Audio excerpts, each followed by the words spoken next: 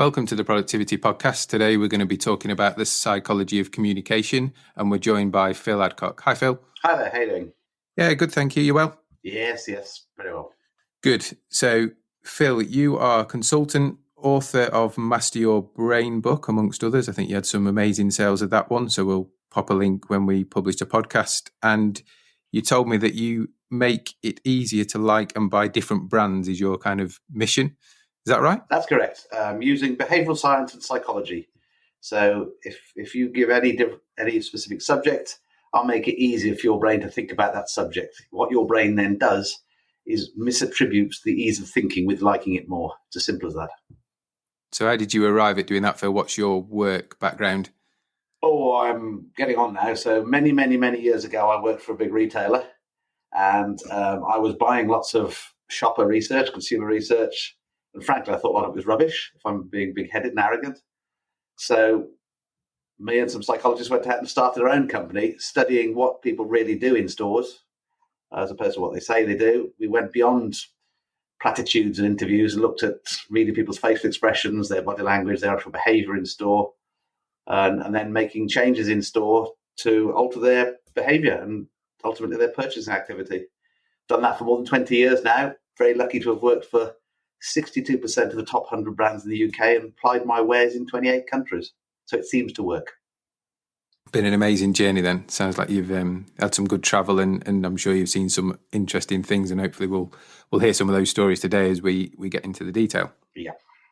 So the psychology of communication, we're going to start with the importance of emotion and see where the conversation takes us. So when we're communicating, why is emotion one of the most important things? Because as a species, sorry, curationists, but this is true, as a species, we're emotional. We've had emotions for 300 million years. We've only had language for about 10,000 years, and it takes 30,000 years for our brain to evolve 1% change in its ability to do something. So strictly speaking, we are still concerned about three things in our lives: fight, flight, and find a mate, or another F if you want to use it to be rude. That's what drives us. So every time you see, hear, touch, smell anything, the first process your brain puts it through is fight, flight, or find a mate, which is it.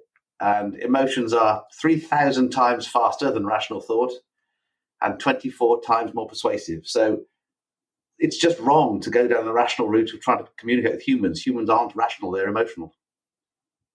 And is that different when we can see people? So are we reading people more visually and picking up on their facial expressions to interpret an emotion, or is it different just if it's just voice, or like this podcast? No, there is a lovely, widely misquoted statistic from Albert Mehrabian that it's true, but it's misquoted, that as little as 7% of our communication are the words coming out of our mouth. So 38% is tone of voice, 55% is body language. So when people do online surveys, for example, and they're just filling in words in a questionnaire, you're missing 93% of potentially what they're communicating. And very, very often what we communicate facial expression-wise, body language-wise, tone of voice-wise is completely at odds. It's very difficult for people to lie effectively if you can read their entire body, because you can see their facial expression, you can see the tells, as poker players will call it. And to be honest, one of the only ways you can conceal your facial expressions is Botox. So I never understand why actors and actresses have Botox, which means they then can't act because they can't do the facial expressions. Counterintuitive for that career choice. Yes, but it makes them look younger, so I think that's why they do it. But it doesn't help their acting. One more thing I'd add, if I may. The emotions and facial expressions, it's mind and matter. So what your face does, your mind will think, and what your mind thinks, your face will do. So the two have to work hand in hand. So it's very difficult to stand up proud, straight back, chin out, and feel depressed, because you are what you think, and you think what you are. So there's some self kind of reinforcing beliefs there in terms of if you want to slouch and feel a bit down in the weather, then that's probably how you're going to feel. Yes. You don't feel depressed, you do depressed. That's what they say. That's interesting. I think you see, certainly in a retail environment, you see some of those behaviours from colleagues, both positive and maybe could do better depending on how they're feeling, how they're managed. So you do see that come through, and you'll visit lots of shops like me.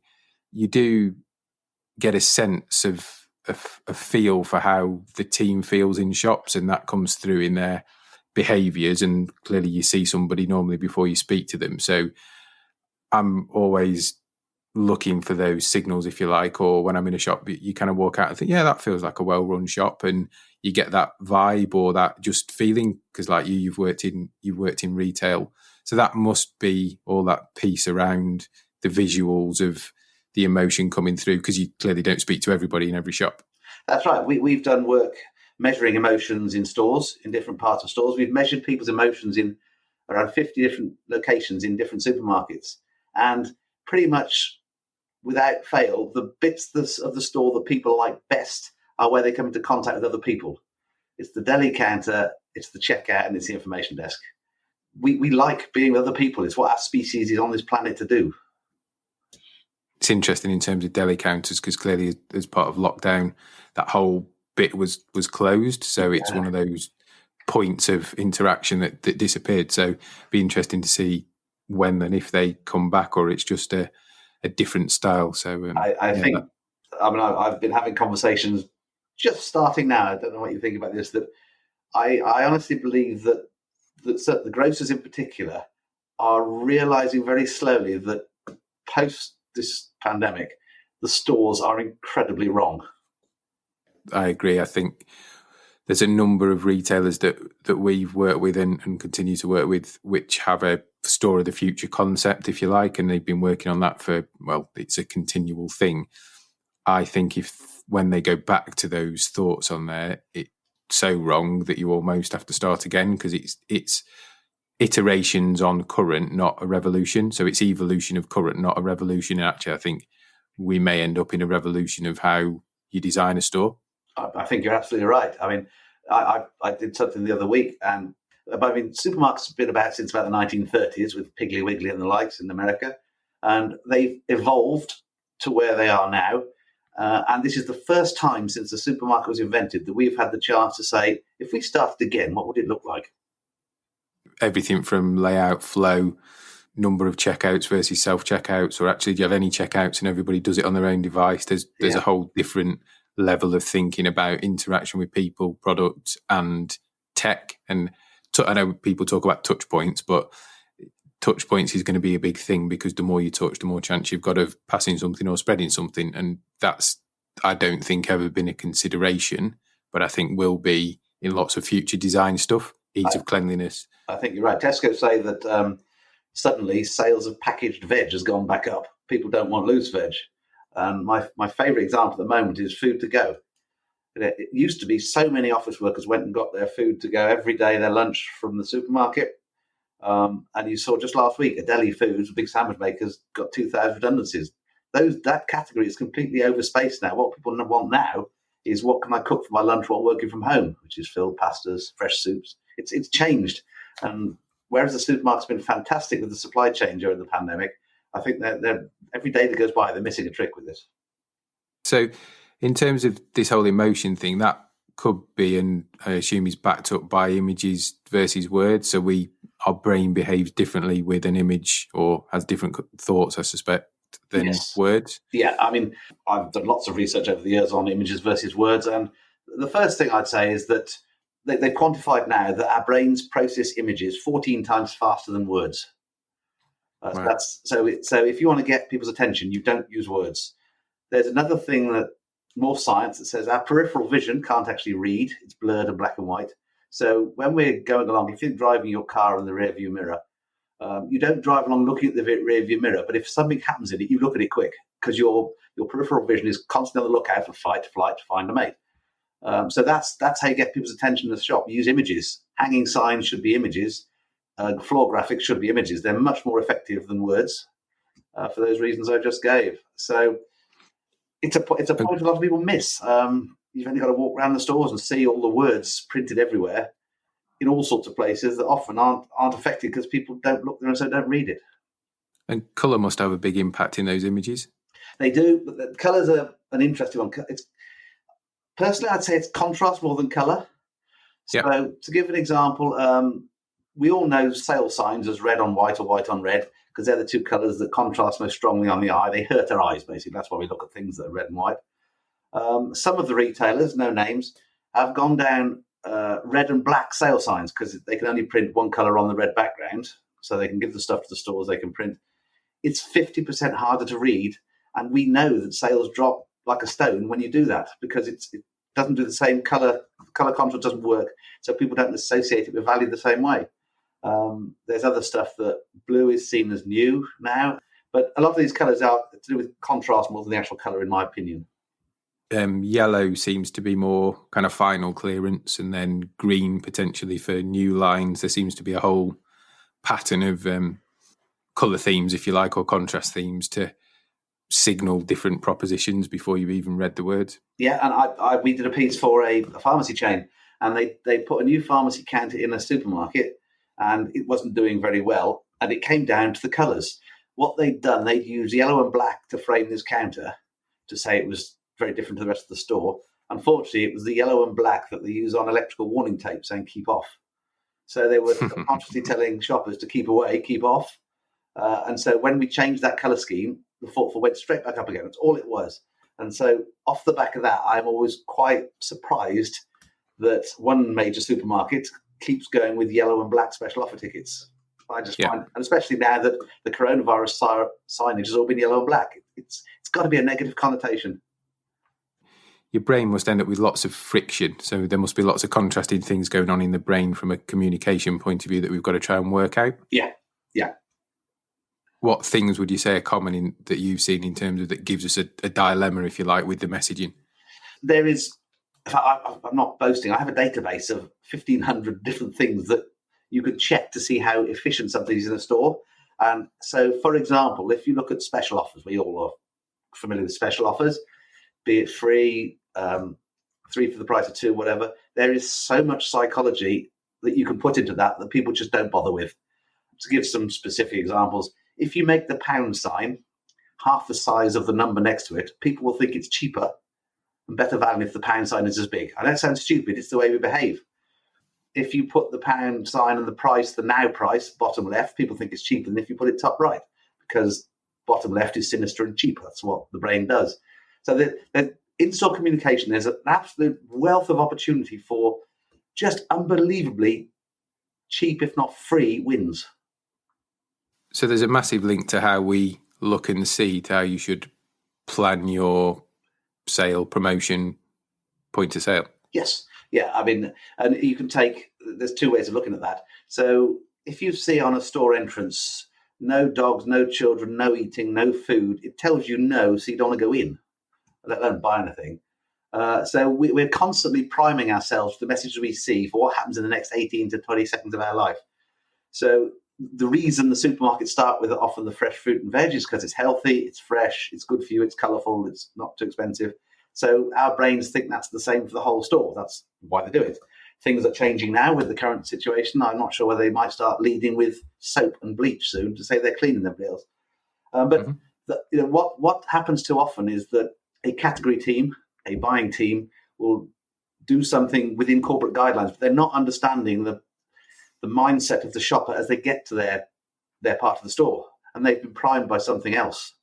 There is a job to be done somewhere about understanding the journey through stores, not just the individual category performance. Yeah, because it's interesting you talk about that whole fresh fruit first and veg.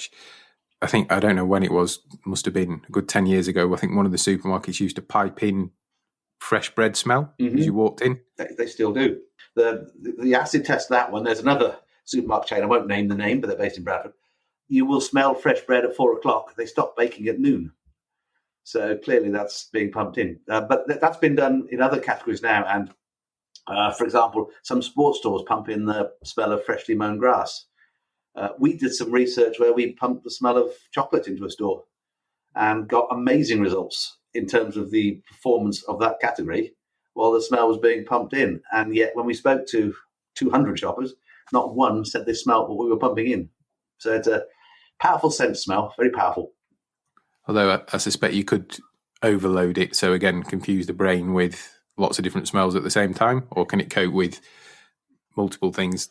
No, but there's the thing about smell is there's an incubation period. I'm mixing all my science here, but so if you pump the smell of it's been done, actually. The smell of jacket potatoes in the frozen jacket potato aisle. It's too late. Because by the time people have processed that smell and thought what it means to them and decide they quite fancy jacket potato, they're probably halfway through the checkout. So you have to understand there's a lag between when you pump the smell in and then people get to the category. And then if you get that lag right, that's when they think, I just fancy one of those. I don't know why. Yeah, we touched on another podcast. It's a bit off at a tangent, but we'll go there. About it's funny how on Facebook, when you go on, you'll get an ad that says, guess what is the new latest, I don't know, robot lawnmower. And actually the day before you were thinking about buying a robot lawnmower. So their database and data science and predictive stuff, or the fact that they're potentially looking at what you Google, is amazing because it almost preempts what you were thinking. I've just read a book, actually, not one of mine. Everybody should have a look at this book. It's called Everybody Lies. And the guy who wrote it used to be a Google data scientist. And it is astonishing what they get from this data. It is absolutely frightening what they can then do with it. But yeah, people worry. They think that these personal assistants might be listening to them. That's not it at all. It's about what they can do with the data we freely give them. Yeah, it's scary when you go on and think, how did they know I was going to buy a robot lawnmower, or thinking about buying one? Yeah. Anyway, we diversify slightly, but it's all on the same theme, which is good. So in terms of our brains, I know when we've talked off air, you've talked about kind of a system 1 and system 2 thinking and how we communicate with that. It'd be good maybe if you could expand on that a bit more, because I think it's a really important part of the communication journey. So this is all to do with Daniel Kahneman in the 70s and prospect theory and all that. Basically, they've identified that we have 2 processes, systems in our brains, called System 1 and System 2. System 1 is fast, automatic, instinctive thinking. It's emotion and things like that.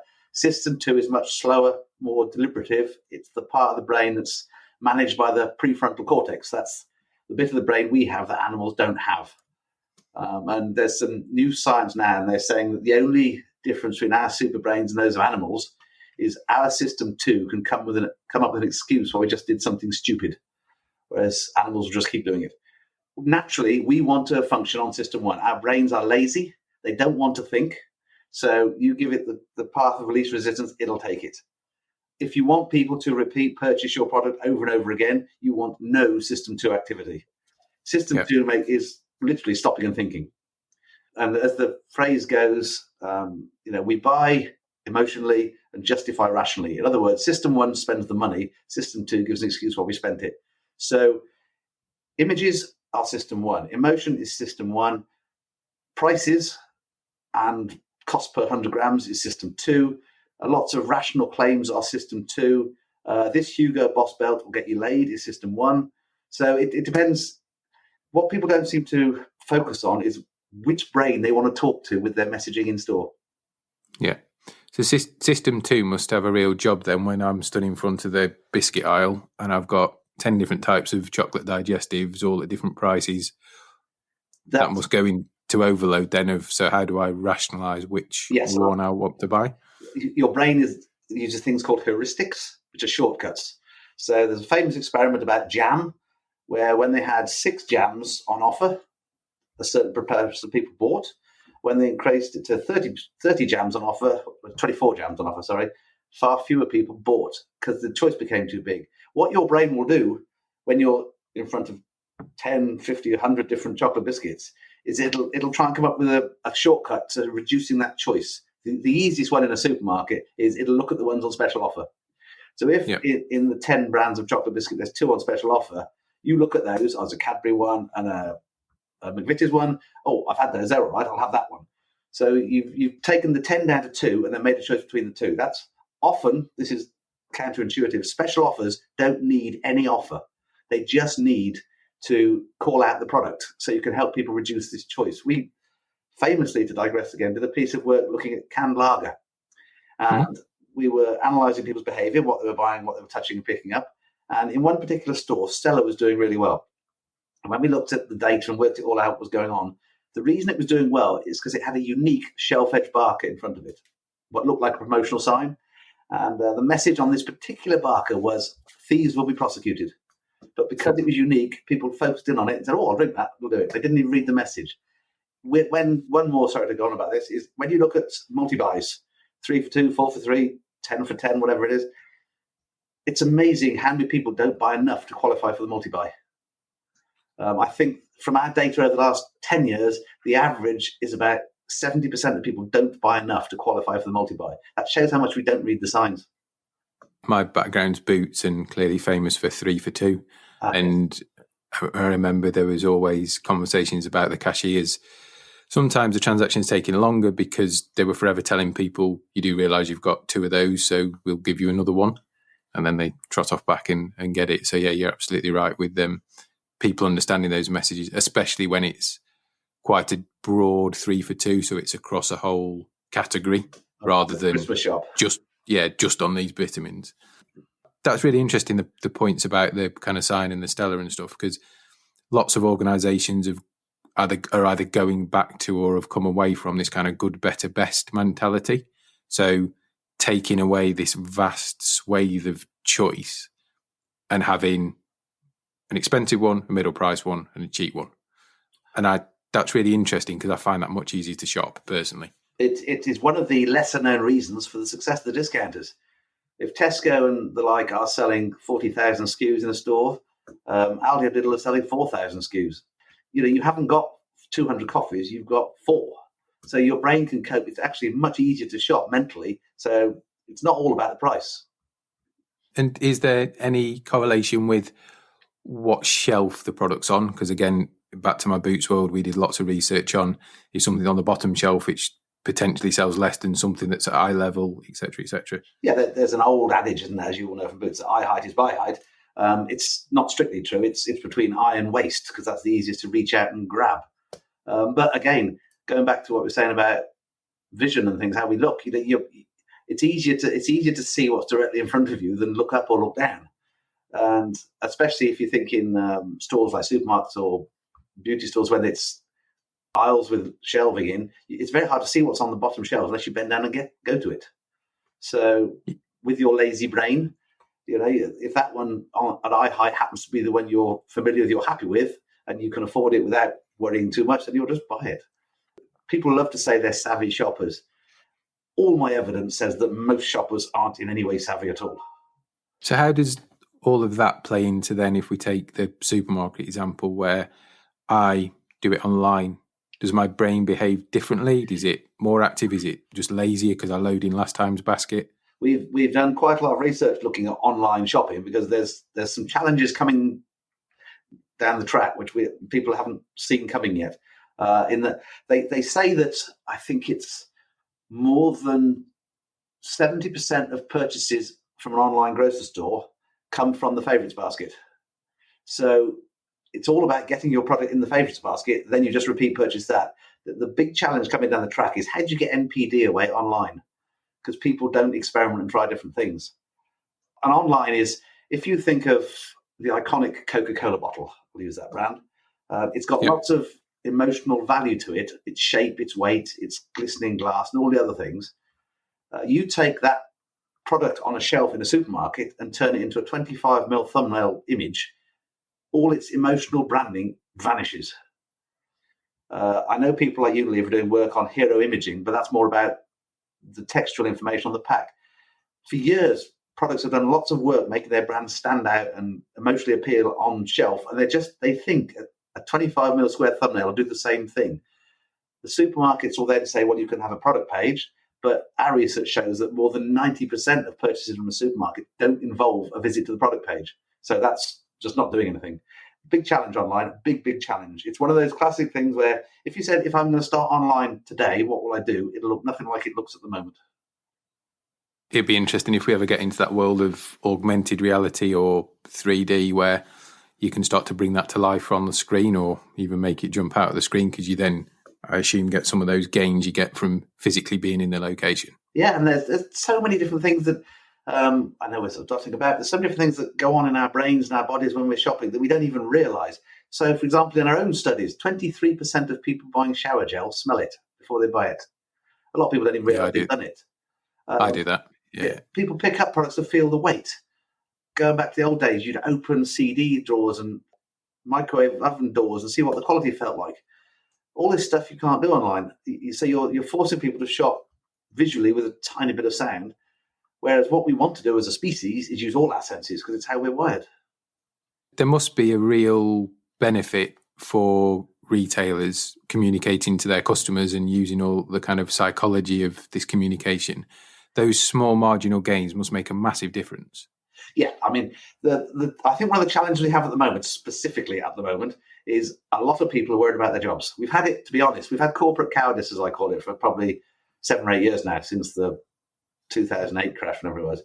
So a lot of people are worried about their jobs, and it's very difficult for somebody to be sacked for doing the same as they've always done. And so if you ask people to forget that, we're now going to paint our stores pink instead of cream, that's a huge cost. And everything, and the economists won't understand it or get it. The accountants won't pay for it. It's very unlikely to happen. So instead of doing that, if you do little tiny things that almost nobody notices, I think the government would call them nudges. You can change behaviour quite dramatically over time, and a series of nudges can often end up being bigger than one great big dramatic change. And it's often done just so that the person doing it doesn't get caught out for doing something too dramatic. If that doesn't sound odd. No, that makes sense. So I suppose the lesson there is try lots of small things and see if there's a big difference, rather than, again, we're back to evolution and revolution, painting your store pink and see what happens, because that's all your eggs in one basket. Exactly. So there is a sum, and I don't know, it's 1% a day over a year compounds to a huge number. So you think all they do is make 1% change a day for a year, and we are just absolutely massive as a brand. But it's hard. It's hard even getting the 1% away. I mean, all the brands now have got pan-European, if not pan-global packaging, so they can't change that. Another great opportunity is packaging. There's so much wrong psychologically with a lot of packaging. Again, to digress slightly, 90% of people are right-handed, and when we look at an image or a pack, we're right-handed. I'm not, but if we're right-handed, I'm left like you. There you go. Yeah, so we're sinister, as the Greeks say. We're not good people. But if the utensil in a bowl of yogurt is on the right, facing your right hand as you look at it, whether you eat with your right hand or left hand with a spoon doesn't matter, you're 40% more likely to buy it. If you look at a picture of a hamburger in somebody's hand, if it's in the right hand as you look at it, you're 50% more likely to buy it. Yet if you look at ready meals, for example, one supermarket's own label has got some of the utensils in the right, some of the utensils on the left of the curries and what have you.